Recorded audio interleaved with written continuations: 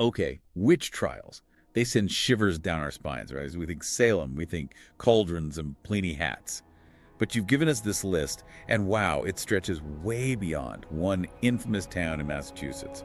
It's fascinating, isn't it? It seems almost every corner of the world at some point in time was gripped by this fear of witchcraft. You've got trials spanning centuries, from France to Mexico and beyond. It makes you wonder why this fear and why was it so universal? Right, it's like a human constant, this fear of the unseen, the unexplained, and this list really drives that home. You've even got one case, way back in 1329 France, the trial of Peter Ricordi, one of the earliest documented witch trials ever. And that's key heresy. It wasn't always just about potions and spells. Ricordi's case, it intertwined with accusations of going against the church.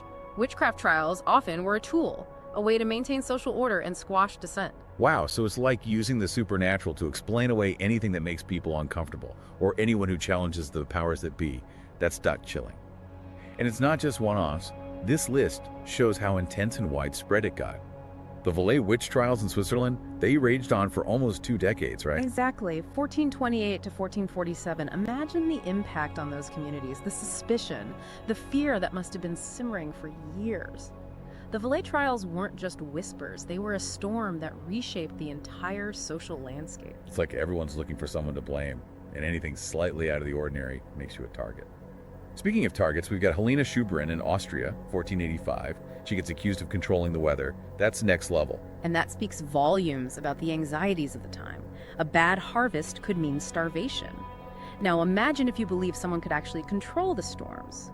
Suddenly it's not just nature, it's a human threat, one you need to control. And then those accusations get codified in things like the Malleus Maleficarum, basically this witch hunting manual that popped up around that same time. Right. The Malleus, published in 1486, was like throwing gasoline on a fire. It outlined how to identify, interrogate, even torture suspected witches, and its influence was widespread and devastating. Talk about a dangerous combination. Social unrest, fear of the unknown, and then bam, this how-to guide for witch hunting. It's no wonder things spiraled out of control.